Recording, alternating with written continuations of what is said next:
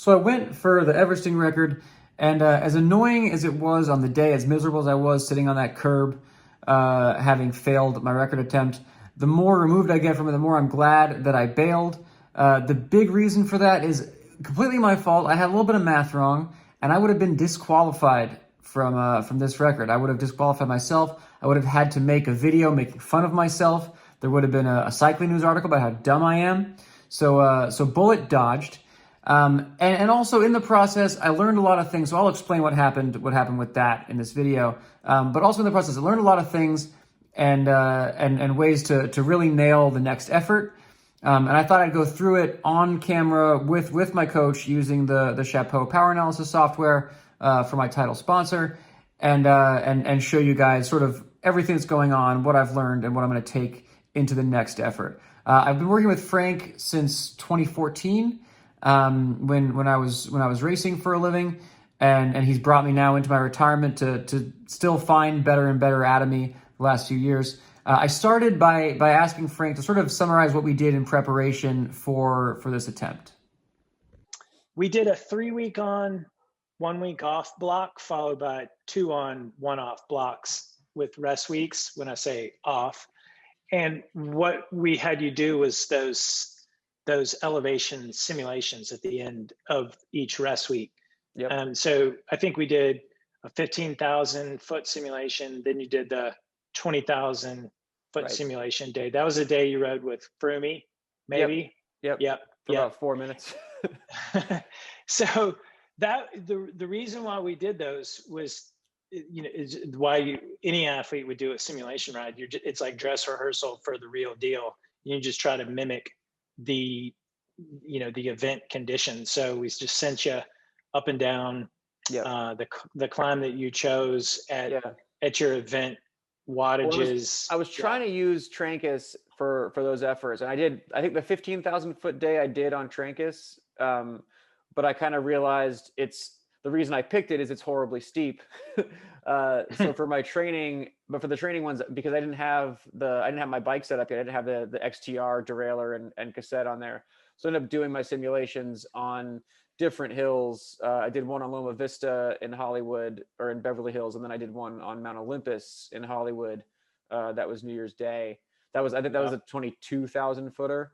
Mm-hmm. And that was just A, they're a little bit closer, and B, I can do those safely without any support. Trancas, for that I need a bunch of spotters. But the power was there and the effort was there. It ended up being it took longer to get to 20,000 feet. So I feel like the simulation was better as far as just how long I was putting out the power. Yeah, 311 TSS day for all the power nerds out there. Yeah. So that all went well. The next I want to talk about what we kind of learned from the first effort. And one thing that was funny that I hadn't told Frank yet was when I was doing the effort, I kind of felt like I was up too much. Like the first couple hours, I was looking at my pace, and I was like, I'm smashing this record. That doesn't seem appropriate.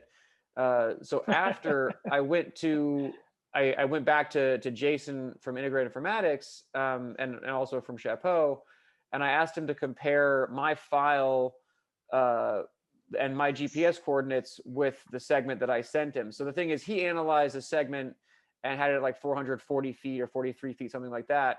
What I was afraid of was that Strava was picking up the segment, but I wasn't doing exactly the whole thing. So I just wasn't exactly sure where to turn around. I could tell when I'm on the hill where the turnaround should be. Then you create the segment later and it's not exactly accurate. So the reality was I was turning around before I thought.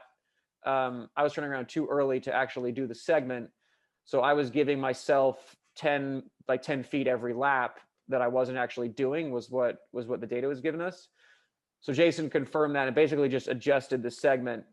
And now it looks a fair bit harder to get the record, still in the realm. but basically he just took 10 feet off each lap was a new analysis. So that's fun.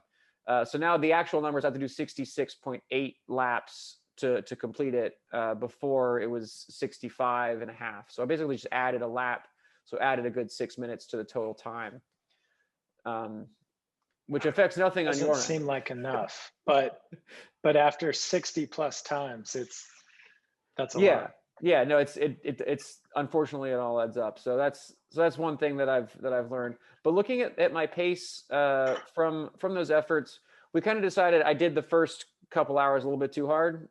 Is that a fair conclusion? There was some laps. I told myself 310 to 20 watts, and I was kind of doing 330 sometimes.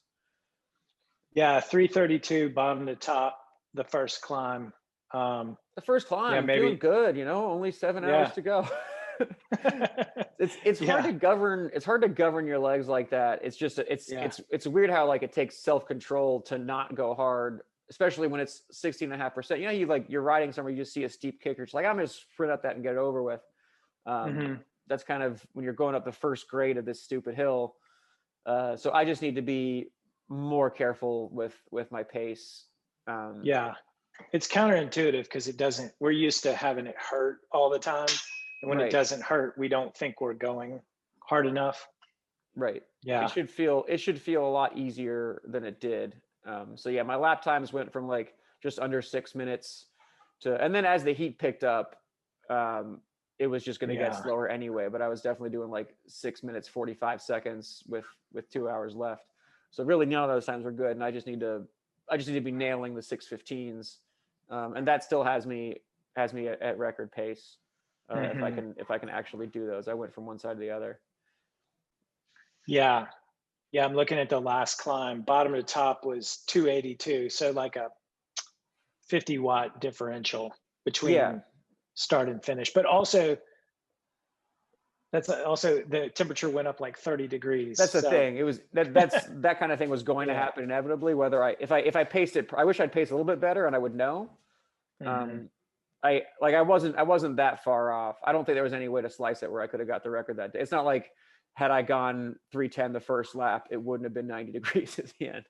The benefit of this is now you have essentially a 20,000-foot simulation at race pace, and you know Right, what to do next time. So it's up. You almost have to like try it, and maybe learn from it in order to right, figure like what the right pace is. right. Just from like the people that had helping me out, that was like a 45-minute coordination at the start that I don't have to do again because everyone knows what to do this time, and I don't have to Right. pick it up. So that just from that perspective, like my day is less stressful. So hopefully that also adds up. It's not how I want it to go, but there's pluses to it. Um, the next question I had for you was how we talked about this before, but how do I stay hot for the next one? So now, like, cool, the form is there. I'm waiting for the conditions to be right. It's supposed to rain in LA all next week, which has never happened. So hopefully Trancas doesn't just slide away in a mudslide. But Right. That it's could make for some lower temperatures. Yes. yeah, exactly. So it cools Yeah. down, but it also like obviously I can't do it when it's if there's a chance of rain, I'm not even going to bother showing up. Right. Um, so but yeah, it's cooler, so that helps. And, like, hopefully in the next couple of weeks I can try it again. um so yeah, I mean, how long does it take to recover from the effort I did from that attempt? um For you, a couple of days, but I would also say, how do you feel? I mean, that's the yeah, you know the $1 million coach question. How are you feeling? By the numbers, you sure. did a 242 TSS, but that's it. TSS is not so accurate because you're doing that also at like 70 RPMs out of the Right, saddle the whole time. So right. the upper body and all that, you know, I would venture to guess you're good to go now. Like, Yeah, but you tell us. that's how it feels. Yeah, I think Yeah. because I pulled it at 4.5 hours, I didn't push myself to 6 or 7. um Hmm. I was kind of fine a couple days later. Yesterday I did like I just went for a 6-minute KOM to keep myself, Hmm. to keep my legs going, and I did pretty good power. I did 475, 480, something like that for 6 minutes. So like not an all-time best, but definitely like good enough.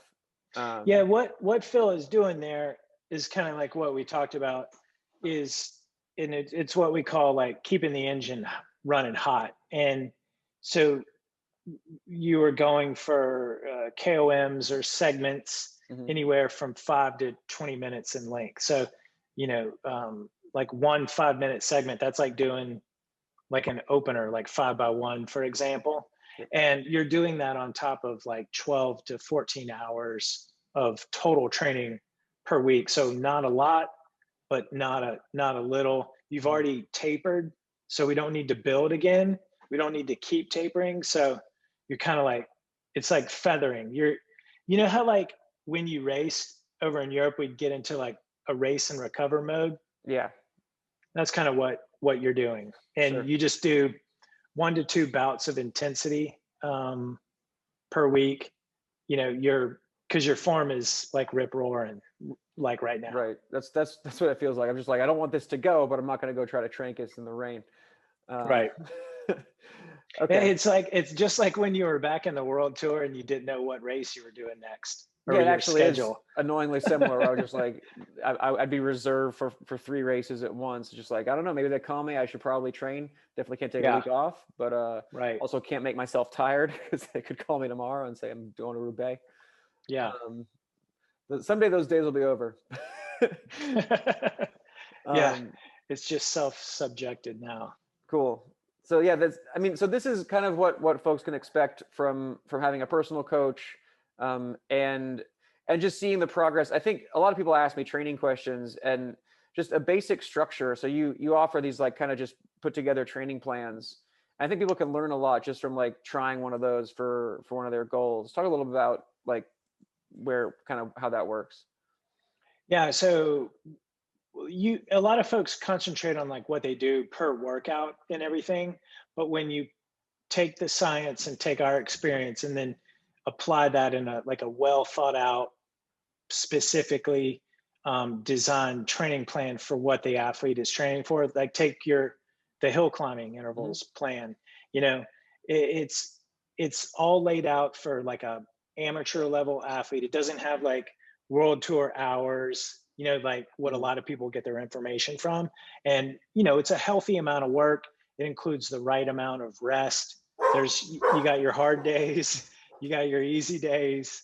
you know Mailman. you got you got days when you do specific threshold work, and then you have days where you do like fun long, like, Sure. well, group rides in the past, but like days where you just Right. do a ton of like tempo and sweet spot climbing No, I can have fun by in the myself. mountains. Right. Yeah, I think just Yeah. knowing, just learning when, like, okay, this day I rest, and this is how like a build works. You do a couple day build, and then here's how much rest is from that. It's real basic, and it's like it's second nature to me at this point. But it's something that like I've explained to folks, like, hey, I'm training for Mount Washington, and what do I do? And it's like, well, you don't just go hammer every day, believe it or not, because that does make sense if you're new. It's just like I just go, but yeah, you can do more with less, with a little training help. So that's what Frank is there for, and you've taken me a long way. We're on 6 7 years now. Training by the fundamentals, that's what we always concentrate on. Hmm. It's pretty simple, and so we say our plans are simple, easy, effective, easy to follow. They make sense. They're not these crazy complicated workouts. And Right. I've never we had hope to that, tape a to-do list on my top two, but yeah, yeah, that's been that that's been that's nice doing to it see those. wrong. And Yeah. someone just like just squinting at there. How long do I recover from this one? I'm like, it's Right. not. It doesn't have to be like that. 3 by 10, 4 by 8, stuff Yeah. like that. Yeah, Yeah. or you've been nice since it was weird how hard it got for me to do intervals, but I could go for 3 KOMs in a day. So you just tricked me into doing intervals by by giving me a little reward. Do 2 KOMs Yeah, today. Yeah. That's like telling you to do 2 by 12 or yeah, and something. it's a world of difference for some reason. Um, cool. All Yeah. right. Well, I'll let you get on the bike. Thanks for the help here, and we'll keep you posted on the weather gods from mostly sunny LA, but strangely unpredictable. We'll get fires next. Whatever. Yeah. My fingers are crossed for the good weather for you for your next attempt. Cool. All right. Thanks, buddy. And it's You bet. fastcatcoaching.com, right? Yes. Yep. Cool. Yes. All right. Peace. All right, so bullet dodged, lessons learned, and I'm just gonna stare at the sky and wait till it's time for the next attempt. See you then.